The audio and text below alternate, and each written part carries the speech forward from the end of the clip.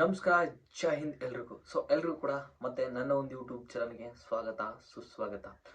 ಇವತ್ತಿನ ಈ ಒಂದು ವಿಡಿಯೋದಲ್ಲಿ ಏನು ನೋಡೋಣಪ್ಪ ಅಂದರೆ, ಅಗ್ನಿವೀರ್ ಒಳಗಡೆ 1,00,000ಕ್ಕೂ ಹೆಚ್ಚು ವೇಕೆನ್ಸಿಗಳು ಇವಾಗ ಬರ್ತಾ ಇರೋದು. ಹಾಗಾಗಿ ಅದ್ರ ಬಗ್ಗೆ ಈ ಒಂದು ವಿಡಿಯೋದಲ್ಲಿ ಎಲ್ಲರೂ ಕೂಡ ಡಿಸ್ಕಷನ್ ಮಾಡೋಣ. ಹಾಗಾಗಿ ಯಾರೆಲ್ಲ ನಮ್ಮ ಒಂದು ಯೂಟ್ಯೂಬ್ ಚಾನಲ್ಗೆ ಹೊಸಬಿದ್ರು, ಇವಾಗಲೇ ಎಲ್ಲರೂ ಕೂಡ ನಮ್ಮ ಒಂದು ಯೂಟ್ಯೂಬ್ ಚಾನಲ್ನ ಸಬ್ಸ್ಕ್ರೈಬ್ ಮಾಡ್ಕೊಳ್ಳಿ.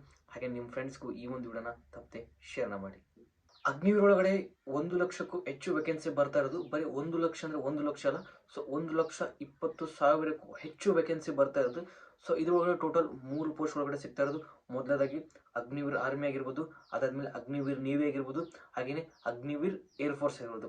ಟೋಟಲ್ ಆಗಿ ಈ 3 ವೇಕೆನ್ಸಿ ಮೇಲ್ಗಡೆ ನಿಮಗೆ 1,20,000ಕ್ಕೂ ಹೆಚ್ಚು ವೇಕೆನ್ಸಿ ನಿಮಗೆ ನೋಡ್ಲಿಕ್ಕೆ ಸಿಗ್ತಾ ಇರೋದು. ಬರೀ 1,20,000 ಅಂತಲ್ಲ, ಅದಕ್ಕಿಂತ ಹೆಚ್ಚಾಗೋ ಚಾನ್ಸಸ್ ಕೂಡ ಬಹಳ ಐತಿ. ಯಾಕಪ್ಪ ಅಂದ್ರೆ ಇವಾಗ ಆಲ್ಮೋಸ್ಟ್ ಆಗಿ ಹೋಗಿ 4 ವರ್ಷ ಡ್ಯೂಟಿ ಮುಗಿಸಿದ್ರು. ಅದರೊಳಗಡೆ 50% ಜನ ಇವಾಗ ಹೊರಗಡೆ ಬರ್ತಾರೆ. ಹಾಗಾಗಿ ಇವಾಗ ಅಗ್ನಿವೀರ್ ಅವಶ್ಯಕತೆ ಭಾಳ ಅಂದ್ರೆ ಭಾಳ ಐತಿ. ಹಾಗಾಗಿ ಈ ಸಲ ವೇಕೆನ್ಸಿನೂ ಜಾಸ್ತಿ ಅಂದ್ರೆ ಜಾಸ್ತಿ ತೊಗೊಂತಾರೆ. ಇದ್ರೊಳಗಡೆ ರ್ಯಾಲಿ ಪ್ರೊಸೆಸ್ ಯಾವ ರೀತಿ ಇರುತ್ತಪ್ಪ ಅಂದರೆ, ಮೊದಲದಾಗಿ ನೀವು ಆನ್ಲೈನ್ ಫಾರ್ಮ್ನ ಫಿಲ್ ಮಾಡ್ಕೋಗುತ್ತೆ. ಅದಾದಮೇಲೆ ಆನ್ಲೈನ್ ಎಕ್ಸಾಮ್ ಇರುತ್ತೆ, ಆನ್ಲೈನ್ CE ಎಕ್ಸಾಮ್ ಇರುತ್ತೆ. ಅದನ್ನ ಎಕ್ಸಾಮ್ ಬರೀಬೇಕಾಗುತ್ತೆ. ಆದಮೇಲೆ ನಿಮಗೆ ರಿಸಲ್ಟ್ ಬರುತ್ತೆ. ರಿಸಲ್ಟ್ ಒಳಗಡೆ ಯಾರೆಲ್ಲ ಪಾಸ್ ಆಗಿರ್ತಾರೋ ಅವರು ನೀವು ರ್ಯಾಲಿಗೆ ಅಟೆಂಡ್ ಮಾಡ್ಬೋದು. ನೆಕ್ಸ್ಟ್ ನಿಮಗೆ ಫಿಸಿಕಲ್ಗೆ ಬರಬೇಕಾಗುತ್ತೆ. ಫಿಸಿಕಲ್ ಒಳಗಡೆ ಪಾಸ್ ಆದರೂ ನೆಕ್ಸ್ಟ್ ಮೆಡಿಕಲ್ಗೆ, ಆಮೇಲೆ ಮೆಡಿಕಲ್ ಆದಮೇಲೆ ನಿಮಗೆ ಫೈನಲ್ ಮೆರಿಟ್ ಲಿಸ್ಟ್ ಬರುತ್ತೆ. ಆಮೇಲೆ ಫೈನಲ್ ಮೆರಿಟ್ ಲಿಸ್ಟ್ ಬಂದವರು ನೀವು ಈಸಿಯಾಗಿ ಟ್ರೈನಿಂಗ್ನ ಹೋಗ್ಬೋದು. ಅದಾದಮೇಲೆ ಇವಾಗ ಮೊದಲದಾಗಿ ನಾವು ಅಗ್ನಿವೀರ್ ಆರ್ಮಿ ಬಗ್ಗೆ ಇವಾಗ ನೋಡೋಣ. ಮೊದಲನೇದಾಗಿ ನೋಡೋದೈತಪ್ಪ ಅಂದರೆ, ಅಗ್ನಿವೀರ್ ಒಳಗಡೆ ಯಾವೆಲ್ಲ ಪೋಸ್ಟ್ ಇರ್ತವೆ.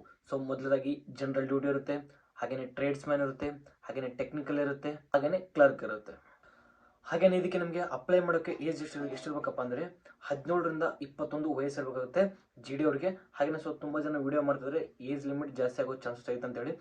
ಅದಿನ್ನೂ ಏಜ್ ಲಿಮಿಟ್ ಜಾಸ್ತಿ ಆಗೋ ಚಾನ್ಸಸ್ ಐತಿ ಅಷ್ಟೇ, ಇನ್ನೂ ಯಾವುದೇ ರೀತಿ ಕನ್ಫರ್ಮ್ ಮಾಡಿಲ್ಲ. ಅದು ನಿಮಗೆ ಕನ್ಫರ್ಮ್ ಮಾಡಿದ್ಮೇಲೆ ನಾನು ನಿಮ್ಗೆ ಅಪ್ಡೇಟ್ ಮಾಡ್ತೀನಿ. ಇವಾಗ ಪ್ರೆಸೆಂಟಾಗಿ 21 ಇರೋದು. ಅದು ಯಾವಾಗ ನಿಮಗೆ ಜಾಯಿನ್ ಇಂಡಿಯಾ ನಮ್ಮ ವೆಬ್ಸೈಟ್ ಒಳಗಡೆ 23 ಅಂತೇಳಿ ಅದರೊಳಗಡೆ ವೆಬ್ಸೈಟ್ ಒಳಗಡೆ ಏನು ಬರುತ್ತಲ್ಲ, ಬಂದಾದಮೇಲೆ 100% ಕನ್ಫರ್ಮ್ ಆಗುತ್ತೆ. ಅಲ್ಲಿವರೆಗೂ ನಾವು ಅದ್ರ ಬಗ್ಗೆ ಏನು ಗ್ಯಾರಂಟಿ ಹೇಳೋಕ್ಕಾಗಲ್ಲ. ಹಾಗಾಗಿ ಇವಾಗ 21 ಅಂತ ನಾವು ಲೆಕ್ಕ ಇಟ್ಕೋಗುತ್ತೆ. ಹಾಗೇನೆ ಏಜ್ ಕಟ್ ಆಫ್ ಈ ಸಲ ಎಷ್ಟಿರುತ್ತಪ್ಪ ಅಂದರೆ, ಲಾಸ್ಟ್ ಟೈಮ್ಗೂ ಈ ಸರಿಗೂ ಕಂಪ್ಯಾರಿಸನ್ ಮಾಡಿದಪ್ಪ ಅಂದರೆ 1 ಅಕ್ಟೋಬರ್ 2005ರಿಂದ ಹಿಡಿದು 1 ಏಪ್ರಿಲ್ 2009 ಒಳಗಡೆ ಯಾರೆಲ್ಲ ಬರ್ತಾರಲ್ಲ ಅವರೆಲ್ಲ ಈಸಿಯಾಗಿ ಅಪ್ಲೈನ ಮಾಡ್ಬೋದು. ಹಾಗೇನೆ ಕ್ವಾಲಿಫಿಕೇಷನ್ ಇರ್ಬೇಕಪ್ಪ ಅಂದರೆ 8th ಪಾಸ್ ಆಗಿರ್ಬೇಕು, ಹಾಗೆ 8th ಪಾಸ್ ಆಗಿರ್ಬೋದು, 10th ಆಗಿರ್ಬೋದು, 12th ಪಾಸ್ ಆಗಿರ್ಬೋದು. ನಿಮ್ಮ ಒಂದು ಯಾವ ಪೋಸ್ಟ್ ಬರ್ತಾ ಅದಕ್ಕೆ ನೀವು ಆರಾಮಾಗಿ ಅಪ್ಲೈನ ಮಾಡ್ಬೋದು. ಮಿನಿಮಮ್ ಆಗಿ 8th ಪಾಸ್ ಆಗಿದ್ರೆ ಸಾಕು, ನೀವು ಅಗ್ನಿ ಒಳಗಡೆ ನೀವು ಹೋಗ್ಬೋದು. ಅದಾದಮೇಲೆ ಹೈಟ್ ಎಷ್ಟಿರುತ್ತಪ್ಪ ಅಂದರೆ ಮಿನಿಮಮ್ ಆಗಿ 166 ಹೈಟ್ನ ಕಡ್ಡಾಯವಾಗಿ ಇರಲೇಬೇಕಾಗುತ್ತೆ. ಅದಾದಮೇಲೆ ಇದ್ರದ್ದು ಅಪ್ಲಿಕೇಶನ್ ಯಾವಾಗ ಬರುತ್ತಪ್ಪ ಅಂದರೆ ಮಾರ್ಚ್ ತಿಂಗಳಲ್ಲಿ ಬರೋ ಚಾನ್ಸಸ್ ಭಾಳ ಅಂದ್ರೆ ಭಾಳ ಐತಿ. 100% ಅಲ್ಲ, ನಮ್ಮ ಅಂದಾಜಿಗೆ ಲಾಸ್ಟ್ ಟೈಮ್ಗೂ ಈ ಟೈಮ್ ಕಂಪ್ಯಾರಿಸನ್ ಮಾಡಿದ್ರೆ ಮಾರ್ಚ್ ತಿಂಗಳಲ್ಲಿ ಬರೋ ಚಾನ್ಸಸ್ ಭಾಳ ಅಂದ್ರೆ ಭಾಳ ಐತಿ. ಹಾಗೆ ಲಾಸ್ಟ್ ಟೈಮ್ ಕೂಡ ಹೇಳಿದ್ರು ಫೆಬ್ರವರಿ ತಿಂಗಳಲ್ಲಿ ಬರುತ್ತೆ ಅಂತೇಳಿ. ಅದು ಸ್ವಲ್ಪ ಲೇಟಾಗಿ ಬಂತು, ಫೆಬ್ರವರಿ ತಿಂಗಳೊಳಗೆ ಬಂದಿದ್ದಿಲ್ಲ ಅಪ್ಲಿಕೇಶನ್, ಸ್ವಲ್ಪ ಲೇಟಾಗಿ ಬಂತು. ಹಾಗಾಗಿ ಈ ಸಲ ನಮ್ಮ ಅಂದಾಜಿಗೆ ಮಾರ್ಚ್ ತಿಂಗಳೊಳಗೆ ಬರೋ ಭಾಳ ಅಂದ್ರೆ ಭಾಳ ಚಾನ್ಸಸ್ ಐತಿ. ಅಗ್ನಿವೀರ್ ಏರ್ಫೋರ್ಸ್, ಇದ್ರೊಳಗಡೆ ಗ್ರೂಪ್ X ಮತ್ತು ಗ್ರೂಪ್ Y ಒಳಗಡೆ ನಿಮಗೆ ವೇಕೆನ್ಸಿನ ಕರೀತಾರೆ. ಇದ್ರೊಳಗಡೆ ಏಜ್ ಲಿಮಿಟ್ ಬಂದು 17ರಿಂದ 21. ಹಾಗೆ ಇದ್ರೊಳಗಡೆ ಏಜ್ ಕಟ್ ಆಫ್ ನೋಡಿದಪ್ಪ ಅಂದರೆ ಜನವರಿ 2, 2006ರಿಂದ ಹಿಡಿದು 2 ಜುಲೈ 2009 ಒಳಗಡೆ ಯಾರೆಲ್ಲ ಬರ್ತಾರೆ ಅವರು ಆರಾಮಾಗಿ ಅಪ್ಲೈ ಮಾಡ್ಬೋದು. ಹಾಗೆಯೇ ಕ್ವಾಲಿಫಿಕೇಷನ್ ಬಗ್ಗೆ ನೋಡೋದಪ್ಪ ಅಂದರೆ ಅವರು ಮಿನಿಮಮ್ ಆಗಿ 12th ಪಾಸ್ ಆಗಿರಬೇಕು. ಹಾಗೆ ಇವ್ರಿಗೆ ಹೈಟ್ ಕೂಡ ಭಾಳ ಅಂದ್ರೆ ಭಾಳ ಕಡಿಮೆ ಇರುತ್ತೆ, 152 ಸೆಂಟಿಮೀಟರ್ ಕೂಡ ಇವರು ಆರಾಮಾಗಿ ಅಪ್ಲೈನ ಮಾಡ್ಬೋದು. ಇದಕ್ಕೆ ಯಾವುದೇ ರೀತಿ ಹೈಟ್ ಇರೋದಿಲ್ಲ. ಹಾಗೆಯೇ ಇದು ಯಾವಾಗ ಬರುತ್ತಪ್ಪ ಅಂದರೆ ಜನವರಿಯಿಂದ ಫೆಬ್ರವರಿ ಒಳಗಡೆ ಬರುವ ಚಾನ್ಸಸ್ ಭಾಳ ಅಂದ್ರೆ ಭಾಳ ಐತಿ ಏರ್ಫೋರ್ಸ್ ಒಳಗಡೆ.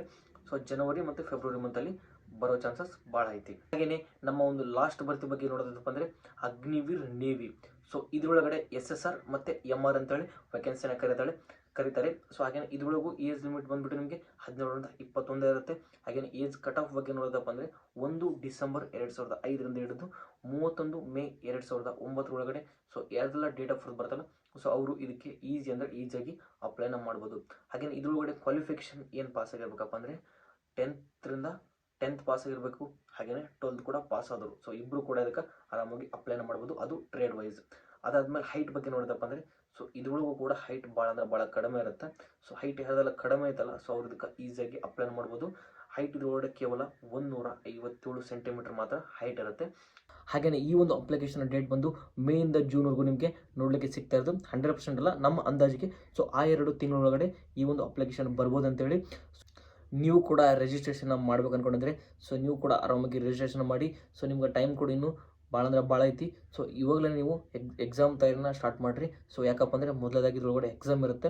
ಸೊ ಹಾಗಾಗಿ ಎಲ್ಲರೂ ಕೂಡ ಮೊದಲದಾಗಿ ನಿಮ್ಮ ಒಂದು ಸ್ಟಡಿನ ಸ್ಟಾರ್ಟ್ನ ಮಾಡಿರಿ. ಹಾಗೆಯೇ ಈ ಒಂದು ರಿಜಿಸ್ಟ್ರೇಷನ್ ಬಿಟ್ಟ ತಕ್ಷಣ ನಾನು ನಿಮಗೆ ನಮ್ಮ ಯೂಟ್ಯೂಬ್ ಚಾನಲ್ ಮುಖಾಂತರ ನಿಮಗೆ ತಿಳಿಸ್ತಾ ಇರ್ತೀನಿ. ಸೊ ಹಾಗಾಗಿ ನಮ್ಮ ಯೂಟ್ಯೂಬ್ ಚಾನಲ್ ಕೂಡ ಸಬ್ಸ್ಕ್ರೈಬ್ ಮಾಡ್ಕೊಂಡು ಇಟ್ಕೊಂಡಿರಿ.